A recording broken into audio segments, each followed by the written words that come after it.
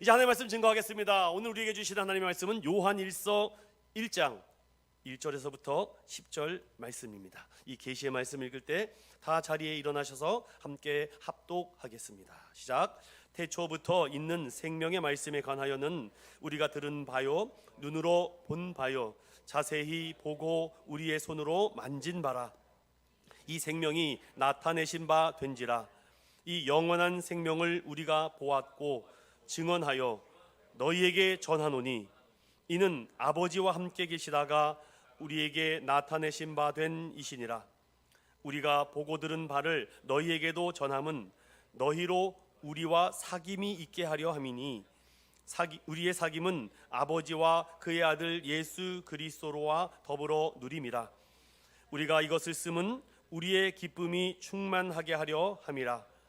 우리가 그에게서 듣고 너희에게 전하는 소식은 이것이 곧 하나님은 빛이시라 그에게는 어둠이 조금도 없으시다는 것이니라. 만일 우리가 하나님과 사귐이 있다 하고 어둠에 행하면 거짓말을 하고 진리를 행하지 아니함이거니와 그가 빛 가운데 계신 것 같이 우리도 빛 가운데 행하면 우리가 서로 사귐이 있고 그 아들 예수의 피가 우리를 모든 죄에서 깨끗하게 하실 것이요 만일 우리가 죄가 없다고 말하면 스스로 속이고 또 진리가 우리 속에 있지 아니할 것이요 만일 우리가 우리 죄를 자백하면 그는 미쁘시고 의로우사 우리 죄를 사하시며 우리를 모든 무리에서 깨끗하게 하실 것이요 만일 우리가 범죄하지 아니하였다면 하나님을 거짓말하는 이로 만드는 것이니 또한 그의 말씀이 우리 속에 있지 아니하니라.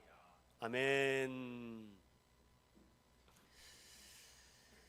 제목을 따라 보겠습니다. 먼지도 빛을 받으면 보석처럼 빛나게 됩니다.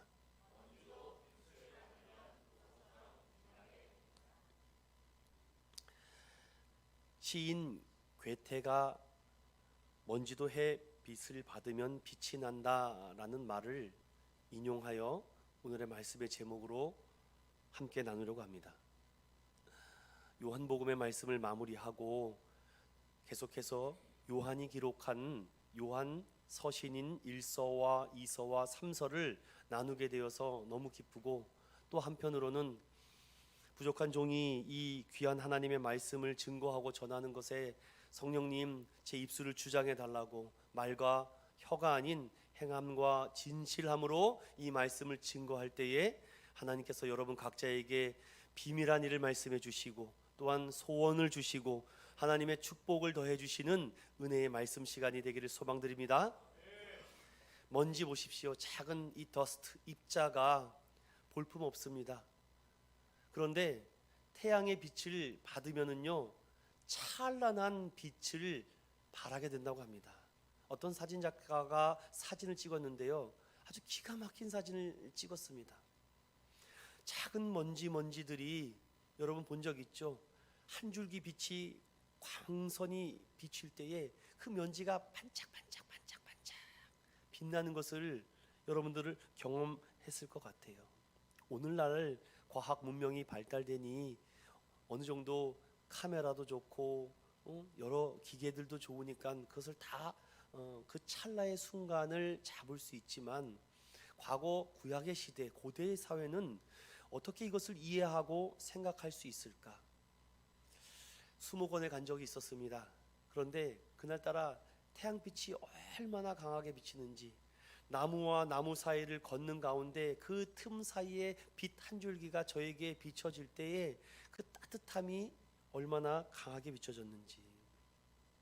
시인이었던 괴테가 있다면 구약에는 시인 다윗이 있습니다.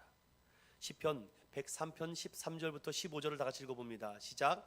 아버지가 자식을 긍휼히 여김같이 여호와께서는 자기를 경외하는 자를 긍휼히 여기시나니 이는 그가 우리의 체질을 아시며 우리가 단지 먼지뿐임을 기억하심이로다. 인생은 그날이 풀과 같으며 그 영화가 들의 꽃과 같도다. 아멘. 3000년 전에 다윗이 어떻게 내 스스로를 먼지라고 표현할 수 있을까? 정말 대단하지 않습니까? 그런데 하나님의 은혜의 빗줄기와 하나님의 생명의 빗줄기를 체험하고 경험한 사람은 다 시인이 되더라고요. 저도 이렇게 시인이 될지 몰랐습니다. 저도 이렇게 시구를 보면서 감상에 젖는 사람이 될지 몰랐어요. 하나님의 은혜를 받으면 하나님의 시인들이 될 줄로 믿습니다. 누구는요, 작곡하고 작사를 하면서 이 하나님의 놀라우심을 찬양하며 경배드리는 사람도 있습니다. 누구는 붓을 들고 그림을 그리고, 누구는 책을 쓰고. 사랑 믿음의 성도 여러분, 괴테와 다윗의 시편을 통해서 먼지인 우리 인생의 빛난 인생을 살 수 있는 방법이 있다라고 말합니다. 다윗은 여호와께서는 자기를 경외하는 자를 긍휼히 여기신다. 경외하는 자에게 하나님의 빗줄기가 비친다는 거죠. 창세기 2장 4절에 보면 인간의 창조에 대해서 말씀하는데 그 창조의 말씀에 이렇게 영어로 기록됐습니다. The dust of the ground, 땅의 먼지라는 거죠. 티끌이라고도 말을 합니다. 하나님 그 티끌들을 모아 흙으로 사람을 빚으시고 그 코에 생기를 불어넣으사 생명이 됐다라고 말합니다. 히브리어로는 네페시하야라고 말하죠. 네페시는 영생, 생명이란 뜻이고 하야는 숨을 쉰다라는 것이죠. 숨 쉬는 존재가 되었는데 그 존재가 원래는 먼지였다는 것입니다. 인간이 창조된 과정을 보면은요, 정말 놀랍고 신비롭습니다. 창세기 1장 27절에는 너희가 하나님의 형상과 모양대로 지었다. 즉 하나님의 지정의 전인격적인 인격체다라고 말씀을 하죠. 그러며 하나님께서는 아담을 부르시고 에덴 동산을 만들어 놓으신 후에 거기에서 문화 명령과 행위 언약을 두 가지의 언약을 선포하십니다. 이 모든 것 다 내게 준다. 하지만 동산 가운데 있는 선과 악을 알게 하는 그 열매만은 따먹지 말아라. 그것이 내가 이 땅에서 너를 만들었다는 창조주고 조물주인 것을 알게 하는 경계선이 되겠다라고 말합니다. 먼지 같은 존재가 빛이신 창조주를 만날 때 생명이 살아나고 빛을 입할 때 우리에게 보석처럼 환하게 빛나게 되는 줄로 믿습니다. 올 한 해 여러분 이렇게 기도했으면 좋겠습니다. 하나님, 먼지 같은 나, 주님 나에게 생명의 빛과 말씀의 빛과 은혜의 빗줄기가 날마다 매일매일 부어주셔서 내가 정말 교회에서도 빛났지만 세상에서는 더 빛나는 하나님의 사람 되게 기도하는 저와 여러분 되시길 소망합니다. 우리끼리 잘해봤자 소용없어요. 우리끼리 잘 믿는다, 우리끼리 잘한다 아무리 해도 소용없어요. 문 밖을 나가는 그 순간 여러분들이 이 빛을 입고 세상에서 빛과 소금으로 살아가지 않으면 안 된다는 것이죠. 이미 예수님은 요한복음 8장 12절에 이렇게 선포하셨습니다. 함께 읽어봅니다. 시작. 예수께서도 말씀하여 이르시되 나는 세상의 빛이니 나를 따르는 자는 어둠에 다니지 아니하고 생명의 빛을 얻으리라. 아멘. 진짜 예수를 만나면요, 어둠으로 살아갈 수가 없어요. 진짜 예수를 만나면은요, 다른 사람을 짝사랑할 수가 없습니다. 예수님은 이 땅에 오셔서 내가 너희들을 얼마나 사랑하는지 너희들이 너무 몰라주니까 내가 인간의 몸을 입고 이 땅에 와서 내가 너희를 얼마나 사랑하는지 십자가의 달림으로 말미암아 너희에게 사랑을 완벽하게 보여줬다라고 말합니다. 사랑 믿음의 성도 여러분, 여러분의 복음의 본질과 진리가 예수 그리스도의 십자가에서부터 시작되는 줄로 믿습니다. 말과 혀로 사랑한다라고 해봤자 소용없어요. 당시 유대인들과 바리새인들은 말과 혀로만 그들을 사랑하고 그들을 율법적인 틀에 갇혀서 억지로 헌금을 강요하며 억지로 성전세를 바치게 했습니다. 하지만 예수님은 그렇게 하지 않았습니다. 너희가 먼지 같은 존재라도 하나님의 빛이 임하면은 너희는 다른 존재가 된다. 옛 자아가 죽고 새 자아로 살아난다. 이미 요한복음은요 이렇게 말합니다. 9절과 12절 읽어볼까요? 시작. 참 빛 곧 세상에 와서 각 사람에게 비추는 빛이 있었나니. 시작. 영접하는 자 곧 그 이름을 믿는 자들에게는 하나님의 자녀가 되는 권세를 주셨으니. 아멘. 그 빛이요, 왕창 비칠 때도 있겠지만 각 사람 한 사람에게 그 참빛이 비친다고 합니다. 저는요, 오늘 이 시간에 여러분들 예배를 드리고 나갈 때마다 그 참된 빛 대신 예수 그리스도의 생명의 빛을 붙들고 세상에 나가서 정말 다이아몬드처럼, 금처럼 환하게 빛나기를 간절히 소망합니다. 이랬으면 좋겠어요. 아니, 집사님 어저께 무슨 일이 있었던 거야? 교회에서 별일 없었는데? 아니야, 오늘 얼굴빛이 달라. 뭔가 환해졌어. 오늘 제 얼굴빛이 좀 어떻습니까? 환해요? 제가 파운데이션을 바른 건 아닙니다. 저는 로션과 스킨 외에는 바르질 않아요. 그런데 예수로 가득 차면요, 이상하게 얼굴이 환해져요. 여러분 좌우 분들 표정을 보세요. 오늘 환한가 칙칙한가 어둡습니까? 환해요? 예전에 기도원에서 많이 불렀던 찬양 중에 이런 찬양이 있어요. 찬양이 언제나 넘치면 은혜로 얼굴이. 역시 기도원인 줄 알았습니다. 이게 찬양이 넘치고 은혜가 넘치고 기도가 넘치고 하나님의 은혜로 꽉 차면요, 여러분 일곱 귀신이 들어왔다고 해도 예수 이름으로 다 떠나가는 줄로 믿습니다. 한 주간의 문제와 근심과 걱정 모든 것이 예배를 통하여 회복되는 줄로 믿습니다. 왜냐, 우리는 예수님을 영접한 사람이기 때문에. 예수님을 영접한 사람은요, 항상 내가 죄인인 것을 압니다. 그리고 구원의 감격에 살아요. 그리고 오늘도 하나님, 내가 하나님의 은혜의 빛을 받고 내가 무엇을 해야 됩니까? 길과 진리 대신 생명 대신 예수 그리스도의 이름으로 올 2024년도도 우리 인천은영교회를 통하여, 여러분을 통해서, 여러분의 가정을 통해서, 자녀를 통해서 생명이 살아나게 될 줄로 믿습니다.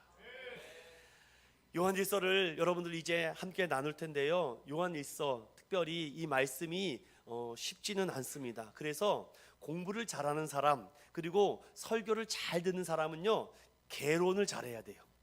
개관을 잘해야 됩니다. 그래서 제가 일부러 시간을 쪼개서 요한일서의 개론을 설명합니다. 개론을 잘 이해하면 설교를 잘 들을 수밖에 없습니다. 자, 요한일서에 대해서 이제 짤막하게 설명하고 오늘 본문을 설교 드릴 거예요. 자, 요한일서는 누가 기록했는가? 기록자가 나와 있지 않습니다. 그러나 모든 학자들의 공통적인 이야기와 또한 그 문해적인 서체가 사도 요한이다라고 모두가 공통적으로 말하고 있습니다. 그리고 이 요한일서는 서신, 즉 편지 형식으로 기록된 것이 아니라 어떻게 보면 설교 형식으로 기록이 되어 있습니다. 하지만 요한의 회람 서신이기 때문에 서신이라고 말하죠. 여러분, 서신 즉 편지는요, 반드시 수신자와 발신자가 들어가야 되고 또한 거기에 맞게 형식을 갖춰야 되는데 이 요한 1, 2, 3서는 그런 형식이 없습니다. 특별히 요한 1서는 더욱 그렇다는 거. 자, 그리고 이 요한 1서는 수신자가 그래도 기록되어 있는데 누가 수신자냐 하면은 요한 1서를 기록했을 때 당시는 AD 90년 전후입니다. 즉 반모섬에 유배되는 계시록을 기록하기 전이라고 생각하면 되겠죠. 근데 당시 도미티안 황제 이후로부터 로마의 엄청난 박해와 압박이 이제 절정에 차오르고 있을 때입니다. 그때 어떤 문제가 생겼냐면은 당시 초대교회와 예루살렘 교회, 그리고 사도 바울을 통해서 저 소아시아와 저 유럽과 많은 지역에 교회가 생기기 시작하는데 꼭 하나님의 빛을 받고 구원의 은혜로 살아가는 그곳에는요, 꼭 적 그리스도가 나타납니다. 거짓 선지자가 나타나는데 그들이 교묘히 교회에 침투하죠. 신천지처럼 침투를 딱 해가지고선 가만히 보니까 뭔가 얼굴빛이 어둡고, 얼굴빛이 환한 사람은 못 건드려요. 여러분들, 얼굴빛이 어둡고 뭔가 수십이 가득하고 다크서클이 막 턱 밑까지 내려온 사람들 딱 해서 딱딱 툭툭 건드려 보는 거죠. 건드리면 바로 냄새가 나요. 그러면 명단에 올라가는 거죠, 블랙리스트에. 그때 당시 이 교회에 적그리스도가 침투하면서 이상한 교리와 이상한 말씀을 증거하는데 그들을 성경은 영지주의자, 그노시스라고 말하는, 그노시스는 헬라어로 지식이라는 뜻입니다. 근데 그 당시는 아직 이단이라는 형태가 생기기 전입니다.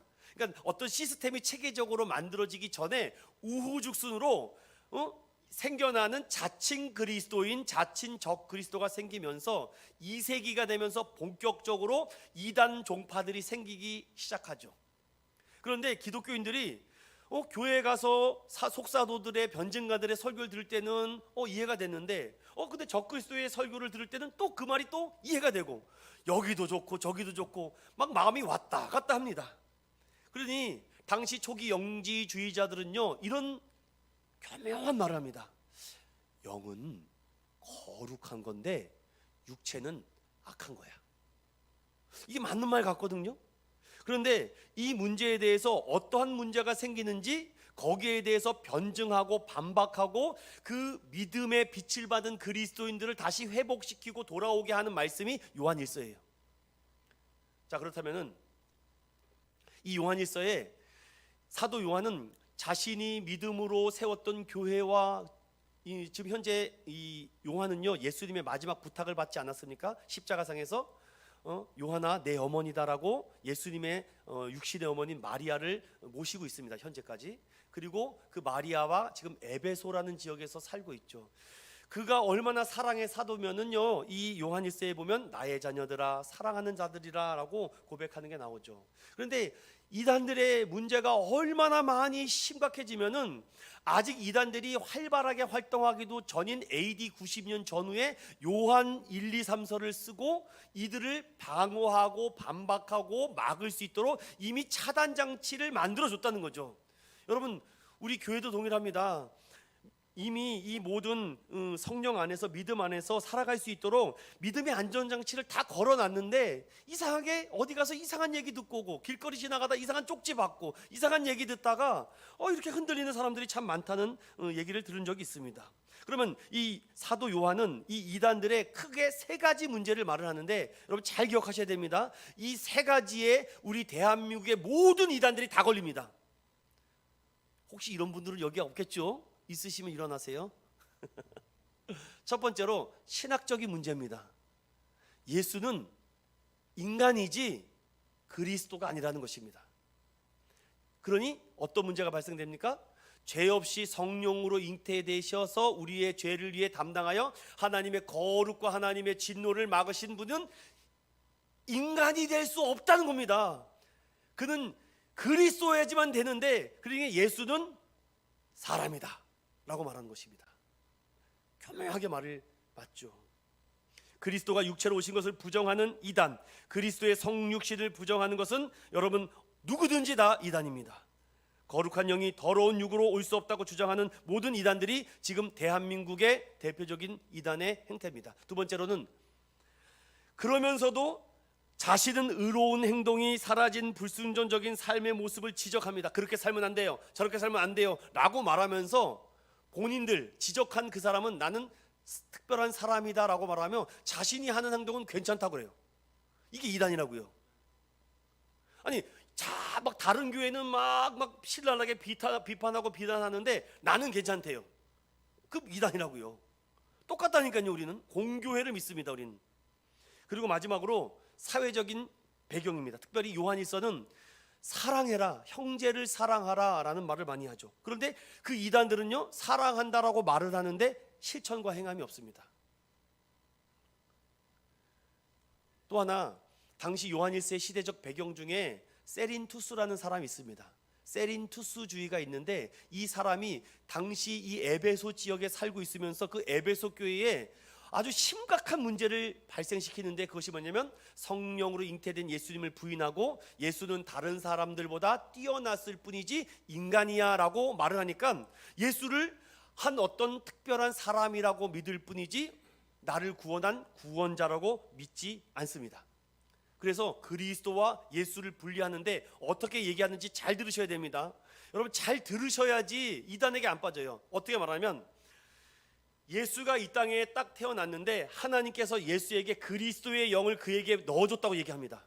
그래서 3년 동안 공생애를 하고 나서 십자가를 지는 그 현장이 들어오는데, 십자가를 딱 질 때는 그리스도가 쏙 빠져나왔다고 합니다. 지금 여러분 되게 이게 안 황당하신가 보네요. 아무튼 쏙 빠져나왔다고 합니다. 그리고 십자가에서 죽은 것은 예수가 죽은 것인지 그리스도가 죽은 것이 아니다. 그러니 그는 구원자가 될 수 없다라고 말을 합니다. 왜냐? 그리스도는 고통을 받을 수 없는 거룩한 영이기 때문에 빠져나왔다는 거예요. 그런 문제로 말미암아 예수와 그리스도를 분리하게 됩니다. 그런데 여러분, 요한일서도 이렇게 말합니다. 이는 물과 피로 임하신 이다. 물과 피로 임하신 이기 때문에 예수님은 100% 하나님이고 100% 인간인 줄로 믿습니다. 여러분이 믿고 따르고 순종하는 나의 구주 나의 그리스도는 오직 예수 그리스도 그분 한 분 외에는 없는 줄로 믿습니다. 그래서 요한일서 4장 8절은요 이렇게 말합니다. 따라합시다. 하나님은 사랑이시라. 그리고 16절에도 하나님은 사랑이시라. 예수님은요 우리에게 사랑으로 보여주신 실체가 되어주신 줄로 믿습니다. 자, 그렇다면 이 예수 그리스도의 실체 되신 그분을 믿고 따름으로 말미암아 예수님은 12명의 제자를 뽑고 3년 동안 공생애를 하십니다. 그리고 예수님의 기적과 이사와 치유와 복음과 말씀을 다 그들에게 남겨주시고 나서 가룟 유다를 제외한 11명의 제자들에게 마지막 승천의 모습을 보여주며 내가 다시 오겠다라고 말씀을 합니다. 그 모든 과정들을 사도 요한은 면밀히 예수님 곁에 붙어서 밀착형 설교를 기록한 것이 요한복음과 그리고 요한 1, 2, 3서가 되겠습니다. 여기까지 개론입니다. 자, 그렇다면 요한일서는 어떤 의도를 썼다? 당시 초기 이단들을 위해서 방어하고 반박하고 변증하기 위해서, 그리고 예수는 그리스도임을 강력하게 주장하기 위해서 초기 믿는 그리스도인들이 흔들리지 않기 위해서, 또한 너희들이 흔들리지 않기 위해서는 그 구주 되신 예수 그리스도와 거룩한 사귐으로 친밀한 믿음으로 끝까지 나아가라 라는 것이 요한 1서라는 말씀을 꼭 기억하시기 바랍니다. 자, 그렇다면 말씀을 함께 나눠볼까요? 첫 번째, 생명의 말씀 안에서 사귐으로 나아가라. 어떤 분은 여기서 따라해봅시다. 예수와 찐하게 사겨라. 여러분이 예수와 찐하게 사귀는지 않았는지 제가 3가지의 힌트를 드려볼게요. 첫 번째, 여러분 안에 생명의 말씀이 있는가 없는가 보십시오. 그리고 내가 예수님과 찐하게 사귀고 있는지 그렇지 않는지 보십시오.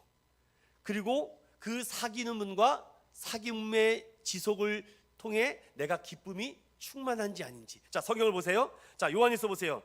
여러분 볼펜이 있으면 네모칸을 쳐시면 좋습니다. 2절에 생명, 영원한 생명 보시죠.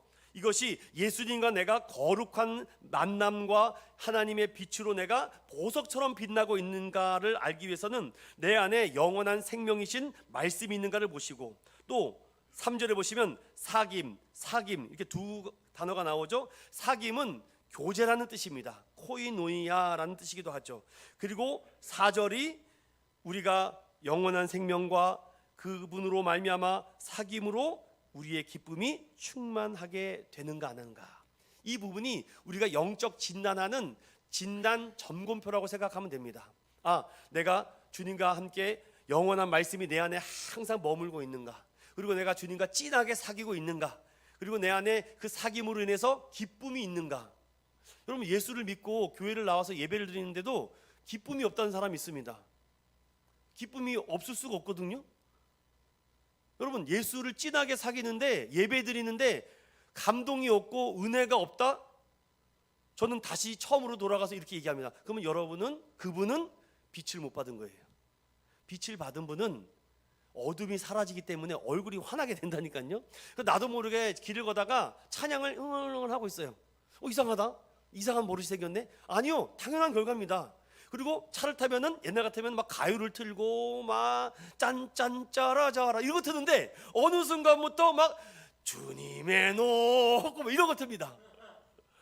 어느 순간부터 자꾸 내 모든 행동과 반응이 달라진다니까요. 그리고 어느 순간 자꾸 성경책을 읽고, 어떤 분은 막 집에 가서 성경을 읽거나 필사를 안 하면 안 돼, 못 자, 잠을 못 자요. 그리고 기도하고 자꾸 이렇게 나의 생활의 루틴이 바뀌더라는 것이죠.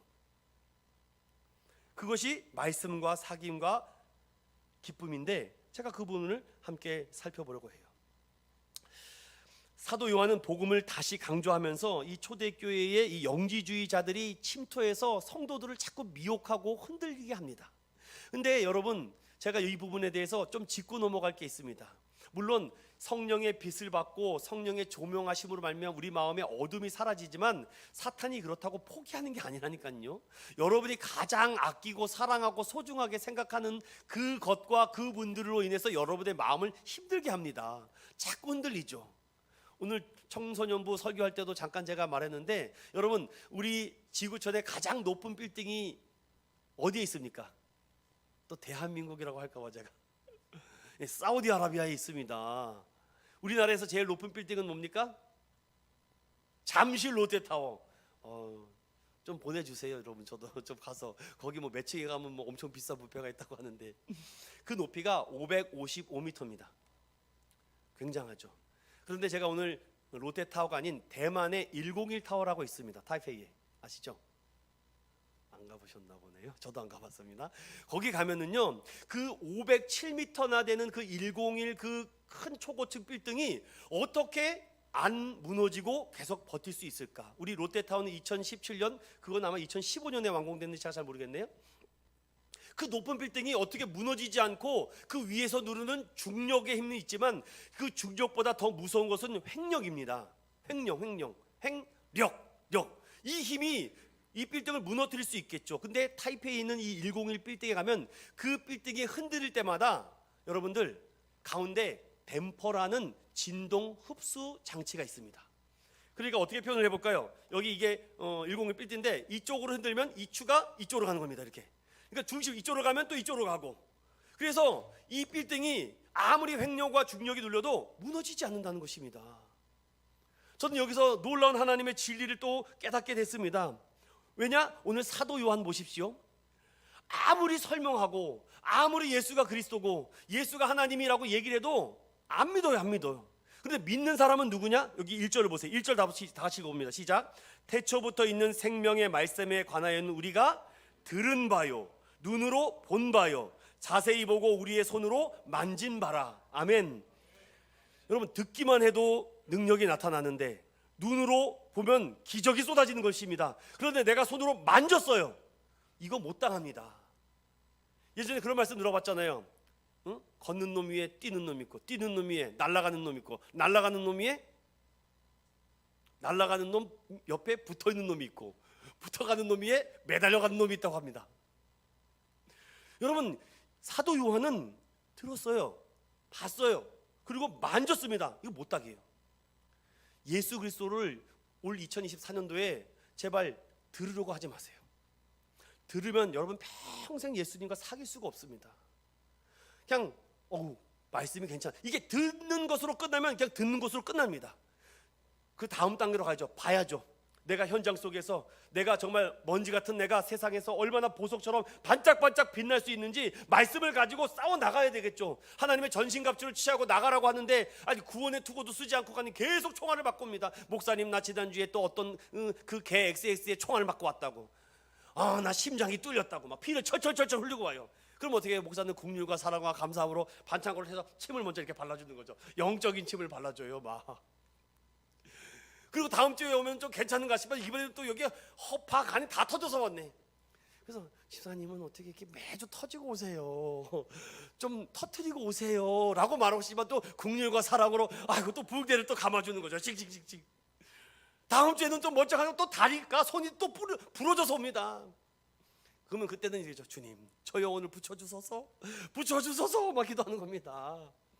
귀 있는 자는 들을지어다. 여러분들, 댐퍼가 있어서 무게추를 잡아주는데 여러분 안에 그 댐퍼가 없어요. 그러면요 이쪽으로 가면 저쪽으로 가고 이쪽으로 가면 이쪽으로, 정신없이 흔들리다가 오니까 예배 시간에 멍하니 있는 거죠. 집중을 못하는 겁니다. 그게 마귀의 전략이라니까요. 사탄의 전략입니다.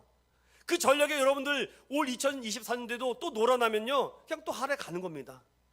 여러분 안에 영적인 댐퍼가 살아있기를 예수님의 이름으로 축원드립니다. 저는요 오늘 이 말씀을 통해서 여러분의 영원한 생명과 거룩한 교제와 또 기쁨이 충만함으로 인해서 내가 이제 눈으로 봅니다. 이제 눈으로 보는 그런 영적인 단계에서 여러분 예수님을 만지는 단계까지 가는 여러분 되시길 소망합니다. 누가 물어봐요. 아니 예수님을 어떻게 만져요? 여러분, 예수님을 듣고 본 사람은요 이미 예수 그리스도의 성령의 능력으로 채워진 줄 믿습니다. 그러면 여러분들이 가는 그 손이 예수의 손이 되는 겁니다. 예수의 발이 되는 겁니다. 여러분의 예수의 손과 발이 갈 때에 예수님의 은혜가 그들에게 미치는 줄로 믿습니다. 변화될 것 같지 않은 남편을 향해서 붙잡으세요. 주여, 믿습니다. 예수의 손으로 일어나 주시게 이 영혼을 불쌍히 여겨주셔. 계속 여러분 그냥 밥 먹고 물 먹듯이 계속 그렇게 하는 겁니다. 그냥 자고 있는 그 자녀의 발에다가 얹어두고 주여 하시죠. 교회로 갈 줄로 믿습니다. 어떤 분들은 이러더라고요. 핸드폰을 다 여세요 하면서 핸드폰에다가 막 기도하고. 그건 좀 오반 것 같아요, 제가 생각해봐도. 그처럼 간절한 이런 말씀이 있으면 뜨겁기 때문에 참을 수가 없다는 거죠. 여러분, 찬송가 288장에 보면 예수로 나의 구주 삼고라는 찬양이 있습니다. 여러분, 이 찬양의 가사가 얼마나 은혜가 되는지, 이것이 나의 간증입니다. 이것이 나의 찬송입니다. 나 사는 동안 예수님을 찬양해. 진하게 사귀니까 참을 수가 없는 거죠. 사랑하는 믿음의 성도 여러분, 여러분이 예수를 듣고 보고 자세히 보고 손으로 만지는 데까지 나아갈 때 올 한 해 여러분의 능력이 함께 임할 줄로 믿습니다. 저는요 오늘 이런 결단과 각오가 생겼어요. 하나님, 오늘 2024년도에 어차피 주일날은 요한 1서, 2서, 3서 설교하기로 작정했고, 수요일날은 에스더 설교 작정했고, 금요 성령 집회는 창세기 아브라함 하기로 작정했고, 또 특강하고, 하나님 더 괴롭혀 주시옵소서, 더 저를 뭉개 주시옵소서, 더 아주 막. 어저께도 거의 1시가 다 돼가지고선 집에 갔는데 눈이 서먹하게 쌓였더라고요. 그래서 하나님, 오늘 제가 하는 설교가 우리 성도들에게 들리는 설교를 뛰어넘어 하나님 콱 꽂히는 설교가 되게 해달라고, 그렇게 될 줄로 믿습니다. 저는 올 한 해 우리 인천은교회에 오고 가는 발걸음이, 하나님 정말 그 말씀을 듣고 싶어서 왔습니다. 예수를 만나고 싶어서 왔습니다. 예수로 구주 삼은 이 많은 성도들과 함께 공동체가 되고 싶습니다. 그런 고백이 있을 줄로 믿습니다. 그게 생명의 말씀 안에서 사귐으로. 그래서 이 은혜를 경험한 사람은요 그냥 성령이 믿어지게 하시는 겁니다. 이거 믿어지는데 어떻게 합니까? 믿어지는데 여러분의 삶에 간증이 넘쳐나길 소망합니다. 생명의 말씀으로 우리 굶주린 배를 채워야 되는데 내 뱃속에 무엇을 채웠는가? 여러분 혹시 누에고치 아십니까? 여러분 누에고치가 명주실을 뽑아내죠. 그 명주실이 실크가 돼요. 참 부드럽습니다, 여러분들. 여러분 혹시 그 실크 옷이 있나요?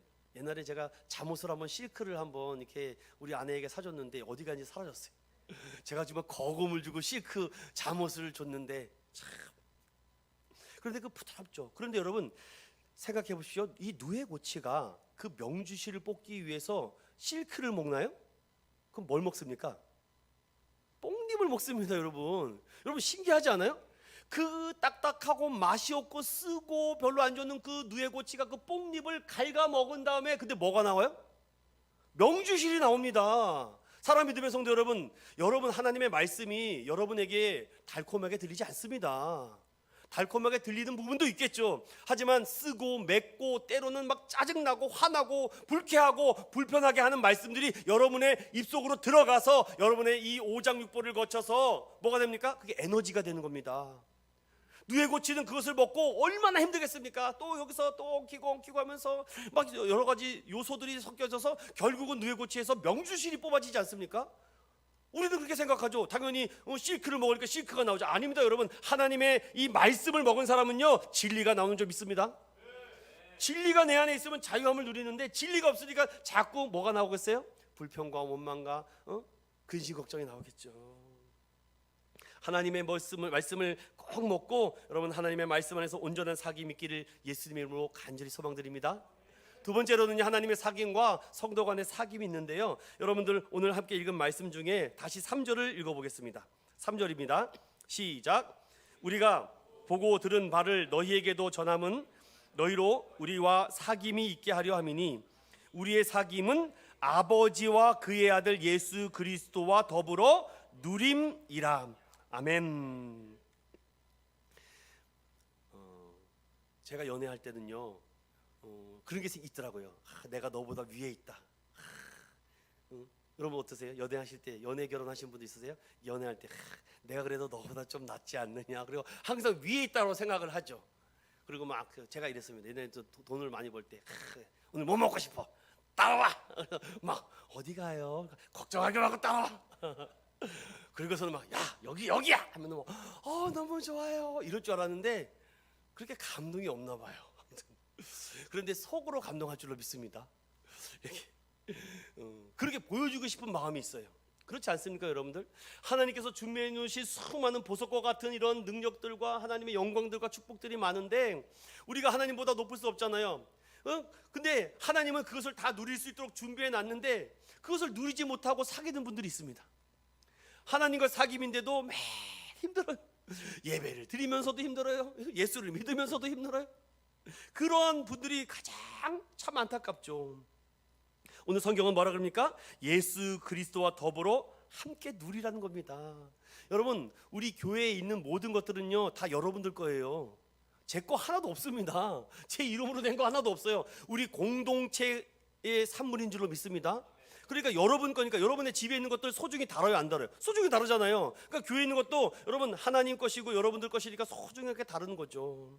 그리고 같이 서로 배려해주고 서로 섬겨주고 또 서로는 챙겨주고 서로 또 나눠주고 서로 함께 누려야 되는데 자꾸 연애하다가 싸우는 이유가 뭔지 아십니까? 내가 너보다 더 위에 있다라고 자꾸 상하관계, 갑과 을이 되니까 싸우는 겁니다. 요즘은 어떻게 MZ세대들이 연애하는지 모르겠어요. 나 한 번 사면 너 한 번 삽니까? 저는 제가 다 샀습니다. 왜냐? 그때는 제가 그렇기 때문에 그렇습니다. 근데 요즘 어떻게 해요? 우리 수민자 어떻게 하는 거예요? MZ세대 하도 오래전 얘기. 요즘은 더치페이 합니까? 아니면 n분의 1 해요? 어떻게 합니까? 모르겠습니다. 제가 요즘 연애는 어떻게 하는지. 예전에는 남자가 써야 돼요. 남자가 안 쓰면 능력이 없는 겁니다. 그런데 요즘은 이렇게 여성들도 쏜다면서요. 여성들이 먼저 사귀자고 먼저 프로포즈 한다면서요. 와, 참 할렐루야입니다. 아무튼 그렇게 이게 사귀는 과정은요 서로 알게 모르게 이게 끈끈이 땡기고 밀고 밀당이 있습니다. 이렇게. 그래서 하나님도 가끔 보면 밀당할 때가 있어요. 밀당할 때가 있습니다. 하나님이 왕창 주시면 좋겠는데 하나씩 던져줘요. 이렇게 하나씩. 그럼 우리는 또 좋다고 해 하고 또 입 벌리고 먹죠. 사랑하는 믿음의 성도 여러분, 그러나 이 사귐의 과정의 그 모든 과정이 진짜 사랑으로 만들어져 가는 그런 시간들인 줄로 믿습니다. 사랑하는 믿음의 성도 여러분, 우리는 그럼 무엇으로 빚어가야 되는가? 오늘 성경을 보니까요 5절입니다. 5절 시작. 우리가 그에게서 듣고 너희에게 전하는 소식은 이것이니 곧 하나님은 빛이시라 그에게는 어둠이 조금도 없으시다는 것이니라. 아멘. 여러분, 우리는 죄성을 갖고 있기 때문에 어둡습니다. 그러니 온전한 빛이신 하나님께로 가면 우리가 밝아질까요? 어두워질까요? 밝아져요. 그런데 어둠이 어둠을 만나면 어떻게 돼요? 더 어두워지죠. 근데 빛이신 하나님께 우리가 가까이 가면 갈수록 어떻게 돼요? 밝아질 수밖에 없습니다. 그래서 하나님은 빛이시다. 내가 보석같이 빛나고 싶으면요 하나님께 더욱더 가까이 나가시길 바랍니다. 여러분, 하나님과 멀어지면요 여러분 다시 먼지가 됩니다. 여러분 먼지 되고 싶으세요? 하나님께 가까이 가면 여러분이 보석이 된다니까요. 그런데 스스로 자꾸만 먼지로 만들지 마십시오. 이미 하나님은 여러분들을 보석이라고 인정한 줄로 믿습니다. 오늘 그 말을 한 것이죠. 그에게는 어둠이 조금도 없다라고 말합니다. 예수 보혈의 피로 우리를 깨끗하게 우리는 씻음 받았습니다. 우리가 조금 부족하고 약해도요 주님과 함께 동행하면 우리가 동등한 하나님의 은혜를 누릴 줄로 믿습니다. 그래서 우리가 예수님의 이름으로 간구하는 건 아니겠습니까? 그런데 요한 1서는요 당시 이 초기 영지주의자들 때문에 많은 성도들이 무너지는 겁니다. 많은 성도들이 막 쓰러지는 겁니다. 얼마나 속상하겠습니까? 목사가 제일 속상하고 열받는 건 뭔지 아십니까? 잘 믿던 성도가 정말 믿음으로 잘 세워진 가정이 어떤 환난과 시험이 왔는데 다시 그 믿음으로 이겨내라고 그렇게 1000번 넘게 설교를 했는데 그 한 번 때문에 무너집니다. 그러니까 너무 속상한 겁니다. 그게 성도 간의 사귐. 여러분, 저도 타이틀이 목사일 뿐이지 여러분과 사귀는 거예요. 이렇게 교제. 집사님 안녕하세요. 반갑습니다. 고맙습니다. 그런데 여러분, 고린도후서 11장 3, 4절에는 다음 같은 말씀이 사도 바울이 기록하고 있습니다. 함께 읽어볼게요. 시작.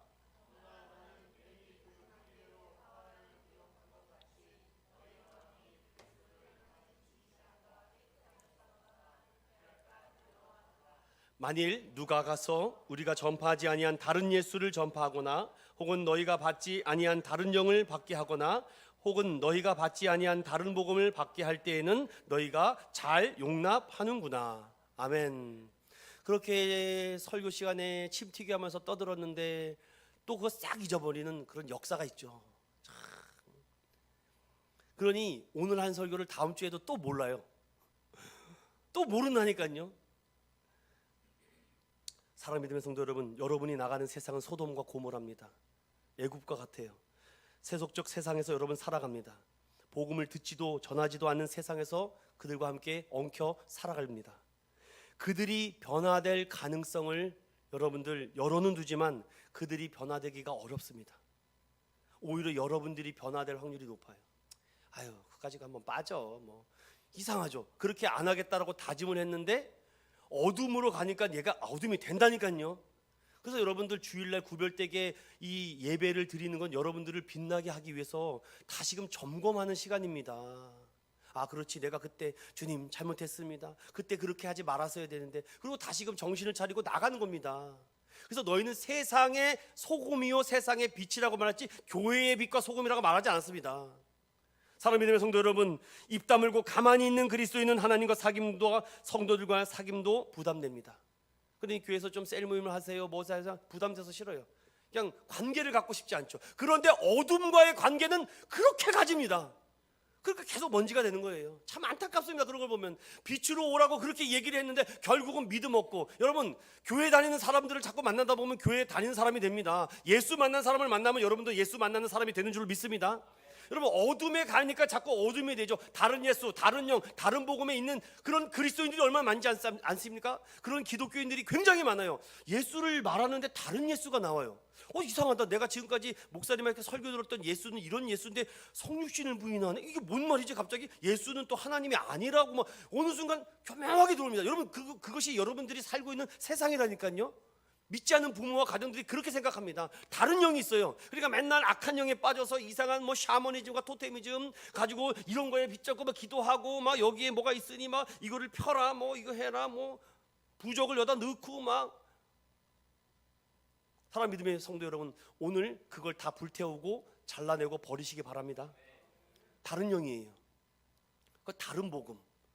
그런데 그것을 들으면 또 이상하게 잘 용납을 합니다. 이게 고린도 교회의 치명적인 문제입니다. 고린도 교회가 좀 부흥하려고 그러면 또 꺼지고, 부흥하려고 그러면 또 꺼지고. 왜냐? 그 교회 안에서 예수가 목사가 예수에 반 미쳐 있어야 됩니다. 아니, 완전 미쳐 있어야 돼요. 그래야지 성도가 반 따라온다니까요. 안 됩니다. 그러니까 편애를 봐주고 그냥 다 용납해주고, 아유 뭐 그럴 수도 있겠죠. 뭐 사람이 살다 보면 그럴 수도 있겠죠. 자꾸 이렇게 한두 번 호의를 베풀다 보면요, 용납한다니까요. 다른 예수, 다른 영, 다른 복음. 오늘 성경 보세요. 너희 마음이 그리스도로 향하는 진실함과 깨끗함에서 떠나 뭐 할까 두려워하노라? 부패할까 두려워하노라. 우리는 죄성을 갖고 있기 때문에 아무리 여기서 예수님을 찬양하고 뜨거워도 집에 돌아가면 그 부패적인 마음으로 말미암아 또 막 인간의 본능적으로 느낌이 일어난다니까요. 그래서 여러분들 누가 물어보더라고요. 아니, 하나님이 다 아시는데 왜 기도하냐고. 여러분, 하나님이 다 아시니까 기도하냐고 이렇게 질문하는 것이 있습니다. 근데 성경은 뭐라 그래요? 구하라, 찾으라, 두드리라고 말씀하고 있는데 너는 하나님의 말씀에 하나라도 순종해보지 않고 무조건 그렇게 비판적 사고를 가지고 있느냐? 요즘 젊은 친구들이 기도하지 않아요.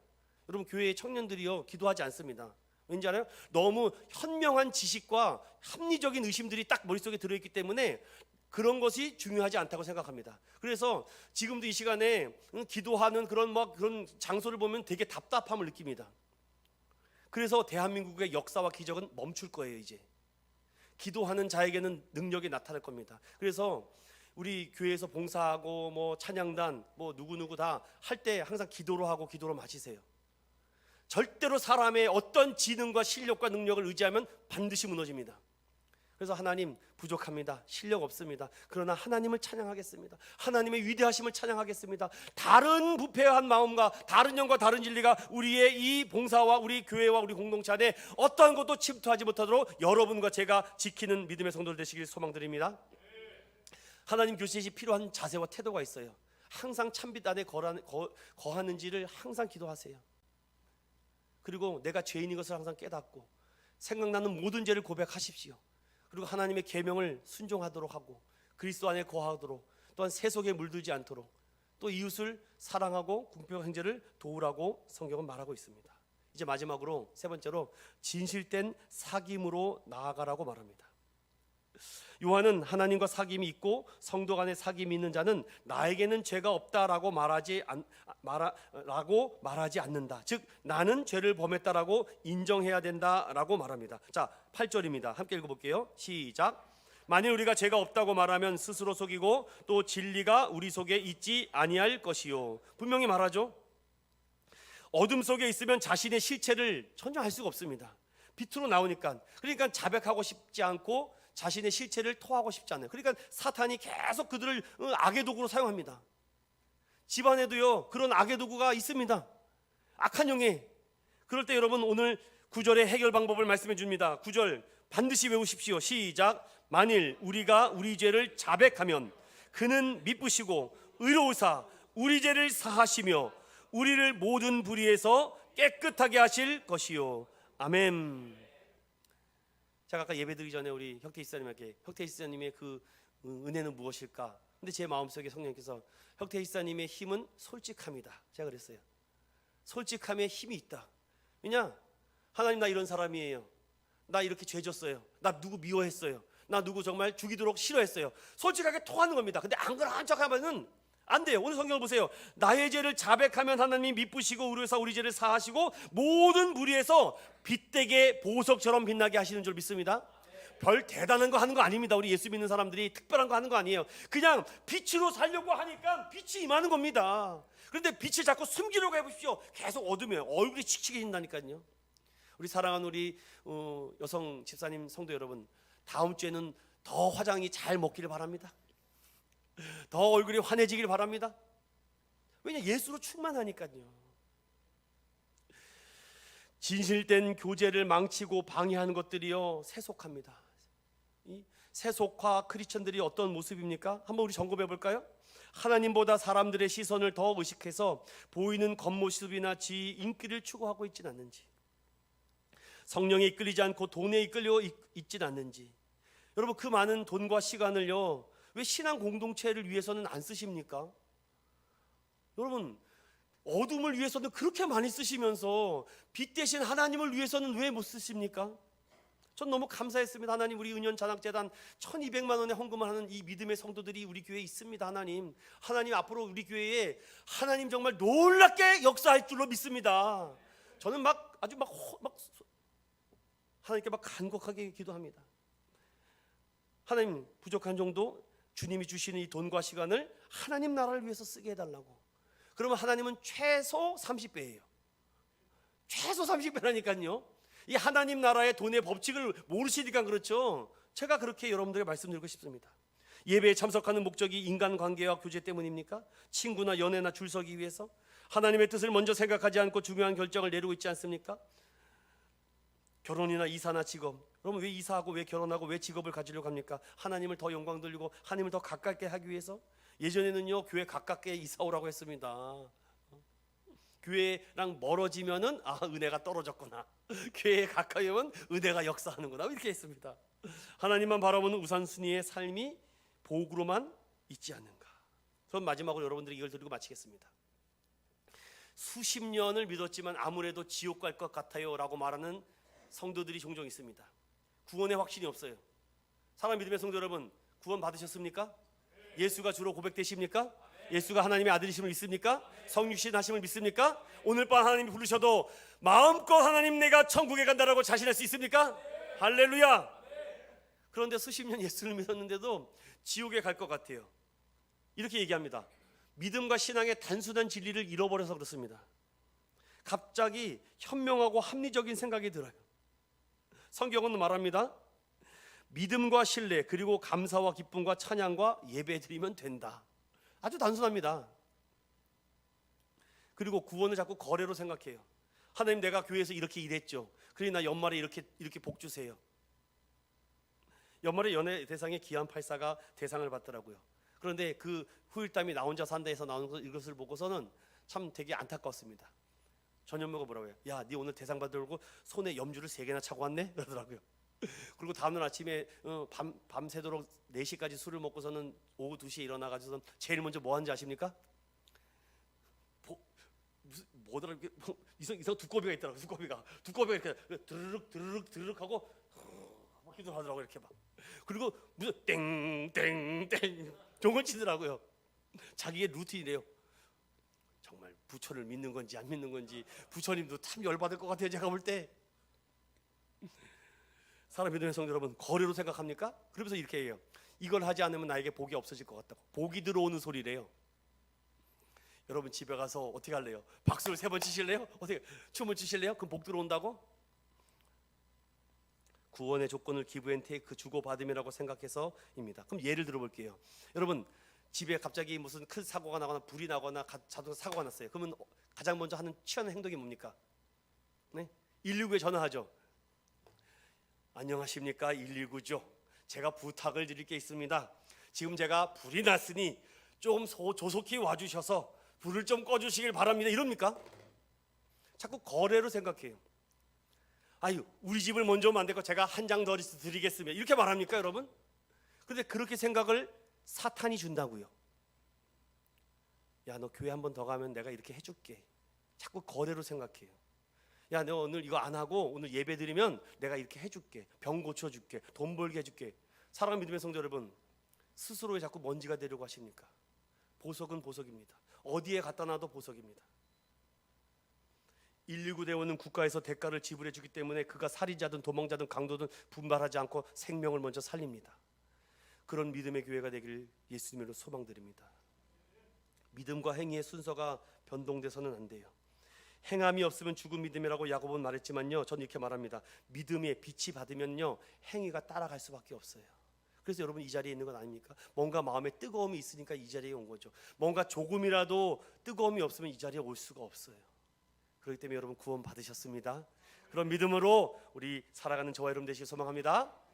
우리 마지막으로 나는 하나님과 사이가 좋은가를 날마다 돌아보십시오. 하나님, 내가 하나님의 말씀으로 내가 이 말씀이 충만한지를, 그리고 하나님과의 영적인 교제가 멈추지 않기 위해서는 말씀과 기도가 빠져서는 안 됩니다. 사랑하는 우리 재직 여러분들, 그래도 새벽을 좀 깨우십시오. 네? 하나님은요 여러분들을 먼지와 같이 쓰고 싶지 않아요. 보석처럼 쓰기를 원하는데 여러분들 왜 스스로 자꾸 먼지를 묻히고 얼룩을 묻히려고 하십니까? 하나님과 사이가 좋기 위해서는 말씀과 기도 외에는 방법이 없습니다. 저도 그래요. 저도 기도하지 않잖아요. 죄송합니다. 영빨이 떨어집니다. 설교가 안 돼요. 새벽마다 기도합니다. 하나님, 이거 꽉 박히게 해달라고. 올해는 여러분들 작년보다 더 많은 기도의 시간과 말씀의 시간으로 하나님과 더 많이 사이가 좋아져서 가는 곳곳마다 여러분들이 생명과 같은 보석이 되기를 예수님 이름으로 축원드립니다.